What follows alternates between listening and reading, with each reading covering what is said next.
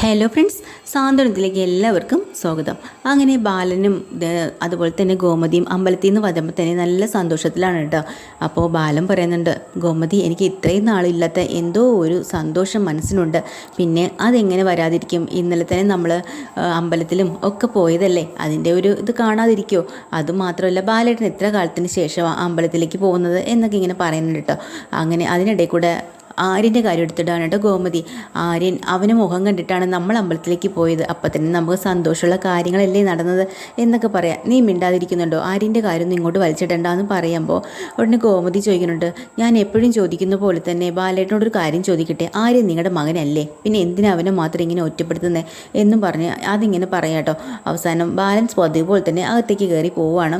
അത് കഴിഞ്ഞ് പിന്നെ കാണിക്കണമെന്ന് വെച്ചാൽ നേരെ കടയിലേക്ക് പോകുന്ന സമയത്ത് അവിടെ ഫ്രണ്ടിൽ ഇങ്ങനെ ഒട്ടിച്ച് വെച്ചിട്ടുണ്ടല്ലോ കള്ളനെന്നുള്ളത്, സ്വർണ്ണക്കള്ളൻ എന്നുള്ളത്. ആ കാര്യം അച്ഛനോട് തൽക്കാലം പറയേണ്ടെന്ന് ധർമ്മൻ പറയുക കേട്ടോ. അപ്പോൾ ധർമ്മനും അതുപോലെ തന്നെ രാമേട്ടനും പറയുന്നുണ്ട്. എന്നാലും ബാലൻ വരുമ്പോൾ ബാലനോട് പറയാതിരിക്കാൻ ആകാശിന് പറ്റുന്നില്ല. അങ്ങനെ ആകാശ് പറയാണ്, അച്ഛാ, വീണ്ടും അവൻ ഇതുപോലെ ചെയ്തിട്ടുണ്ട്, സ്വർണ്ണക്കള്ളൻ എന്നൊക്കെ എഴുതി ഇവിടെ പിടിപ്പിച്ച് വെച്ചിട്ടുണ്ടെന്ന്. അയ്യോ, അത് കേൾക്കുമ്പോഴത്തേക്കിനും ഭയങ്കരമായിട്ട് ടെൻഷനും വിഷമവും ഒക്കെ പെട്ടെന്ന് വരികയാണ്. അപ്പോൾ രാമേട്ടൻ പറയാണ്, ചാടി കയറി ഒന്നും ചെയ്യാൻ പോവല്ലേ, കുറച്ച് സമാധാനം നല്ലതാണ് എന്ന് പറഞ്ഞുകൊണ്ട് നിൽക്കുന്ന സമയത്താണ് ബാലൻ പറയുന്നത്, അത് ശരിയാ രാമേട്ട, നമ്മൾ കുറച്ച് ക്ഷമയും സമാധാനവും ഒക്കെ വേണം. അതിൽ ഞാൻ ഇന്ന് രാവിലെ അമ്പലത്തിൽ പോയപ്പോൾ തന്നെ ഞാൻ അത് കുറേ പഠിച്ചു. അതെന്താ? അവിടെ ഉദയഭാനു എന്ന് പറഞ്ഞൊരു വലിയ ബിസിനസ്സുകാരനെ ഞാൻ പരിചയപ്പെട്ടിരുന്നു. അയാളുടെ ക്ഷമയും സഹിഷ്ണുതയും സമാധാനവും സംസാരവും ഒക്കെ കേൾക്കണം. കാശിൻ്റെ ഒരു അഹങ്കാരവും ഇല്ല, നല്ലൊരു മനുഷ്യൻ എന്ന് പറയുമ്പോൾ തന്നെ ആഹാ, ബാലൻ ആദ്യമായിട്ടാണല്ലോ ഇങ്ങനെ ഒരാളെക്കുറിച്ച് പുകഴ്ത്തി പറയുന്നത്. ബാലനെക്കുറിച്ച് അയാൾ എന്താ പറഞ്ഞേ? എന്നെക്കുറിച്ച് അയാൾ അങ്ങനെ തന്നെ പറഞ്ഞേ, ഗോമതി സ്റ്റോറിലെ ബാലൻ പ്രശസ്തനാണല്ലോ എന്നൊക്കെ. അതുകൊണ്ടാണ് ബാലനെക്കുറിച്ച് ഇത്രയും നല്ലത് പറഞ്ഞുകൊണ്ടാണ് ബാലന് അയാളോട് ഇത്രയും സ്നേഹം തോന്നുന്നത് എന്ന് രാമേട്ടനും പറയുന്നുണ്ട് കേട്ടോ. അത് ശരി, അങ്ങനെ പറഞ്ഞ് നല്ലൊരു മനുഷ്യനാണ്, ബിസിനസ്സുകാരനാ എന്നൊക്കെ ഇങ്ങനെ പറഞ്ഞ് നിൽക്കുമ്പോൾ തന്നെയാണ് ഒരു കാറിൽ അവിടെ വരിക കേട്ടോ. ഭാര്യയും ഭർത്താവും കൂടെ, ഉദയഭാനുവും ഭാര്യയും കൂടെ വന്നിറങ്ങണ കാണുമ്പോൾ ഭയങ്കര സന്തോഷമാവണം കേട്ടോ ബാലനെ. അങ്ങനെ ബാലൻ പറയുന്നുണ്ട്, ഞാൻ നിങ്ങളോട് പറഞ്ഞില്ലേ ഉദയഭാനു സാറ് അത് ഇതാണ് എന്ന് പറയാം. അങ്ങനെ പരിചയപ്പെടുക കേട്ടോ. എന്താ വേണ്ടത്, ജ്യൂസ് എടുക്കട്ടെ, ചായ എടുക്കട്ടെ എന്നൊക്കെ ചോദിക്കുന്നുണ്ട്. ഒന്നും വേണ്ട എന്ന് ഭാര്യ പറയുക കേട്ടോ. ഞങ്ങളിതൊന്നും കഴിക്കാറില്ല, വെറുതെ അതൊന്നും പൊട്ടിച്ച് നാശമാക്കണ്ട, ജ്യൂസ് അങ്ങനെയുള്ളതൊന്നും കഴിക്കാറില്ല, വെറും പച്ചവെള്ളം മാത്രമാണ് ഞങ്ങൾ കഴിക്കാറ് എന്നൊക്കെ ഇങ്ങനെ പറയണം കേട്ടോ. എന്തായാലും വന്നതല്ലേ, വന്ന സ്ഥിതിക്ക് ഒരു കപ്പലണ്ടി മുട്ടായി കഴിക്കാം, അത് മതി, ചോക്ലേറ്റ് തരട്ടെ എന്ന് വീണ്ടും ബാലൻ ചോദിക്കുക കേട്ടോ. ചോക്ലേറ്റ് ഒന്നും വേണ്ട, വെറും ഒരു കപ്പലണ്ടി മുട്ടായി മതി, നമ്മളൊക്കെ സാധാരണക്കാരല്ലേ.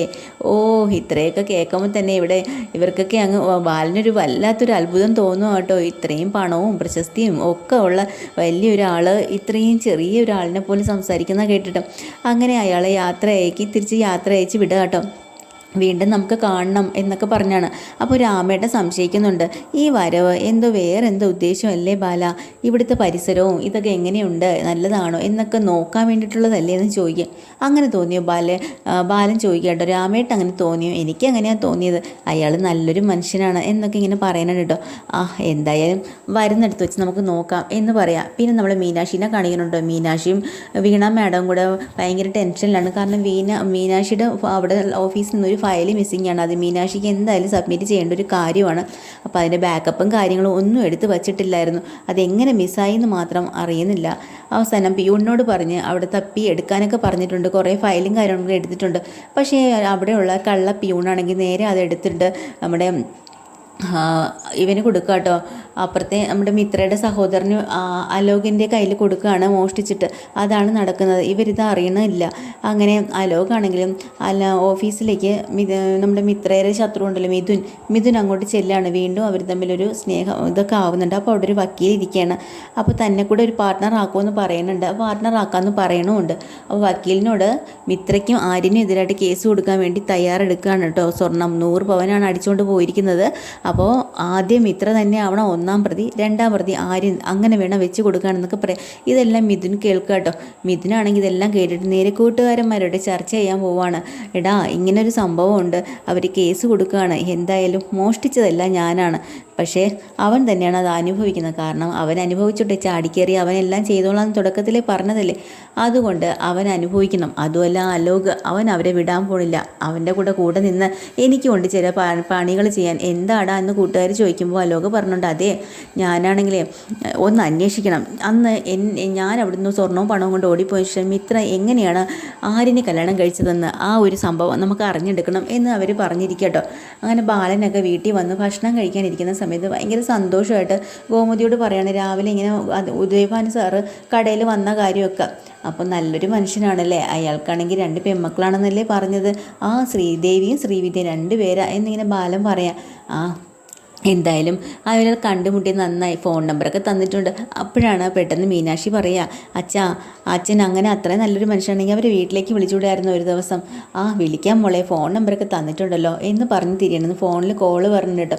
നോക്കുമ്പോൾ ഉദയഭാനു, അയ്യോ ഭയങ്കര സന്തോഷം, പറഞ്ഞു തീർന്നില്ല, അതിനു മുമ്പ് ഉദയഭാനു സാർ വിളിച്ചിരിക്കണു. അങ്ങനെ ഫോണിൽ സംസാരിക്കട്ടോ. അപ്പോഴാണ് അയാൾ പറയണത്, ബാല എനിക്ക് ഒന്നുകൂടെ ബാലനെ കാണണം എന്ന്.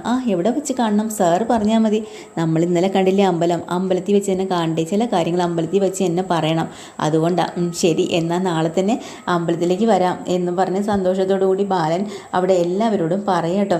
അങ്ങനെ മീനാക്ഷിയുടെ അടുത്തും എല്ലാവരുടെ അടുത്തും പറയാണ്, നമുക്ക് എന്തായാലും നാളെ തന്നെ ഉദയഭാനു സാറിനെ കാണാൻ പോകണമെന്ന്. ഇതിനിടയ്ക്ക് മിത്രേനെ കോളേജിൽ നിന്ന് വിളിച്ചിട്ട് വരികയാണ് കേട്ടോ ആര്യൻ. കോളേജിൽ നിന്ന് നേരെ വീട്ടിൽ വരണ വഴിക്ക് തന്നെ വന്ന് കയറി വീട്ടിൽ ചെറിയ ചെറിയ കാര്യങ്ങൾ ചെയ്തുകൊണ്ടിരിക്കുന്ന സമയത്ത് അവൻ്റെ കൂട്ടുകാരൻ വരുന്നുണ്ട് കേട്ടോ.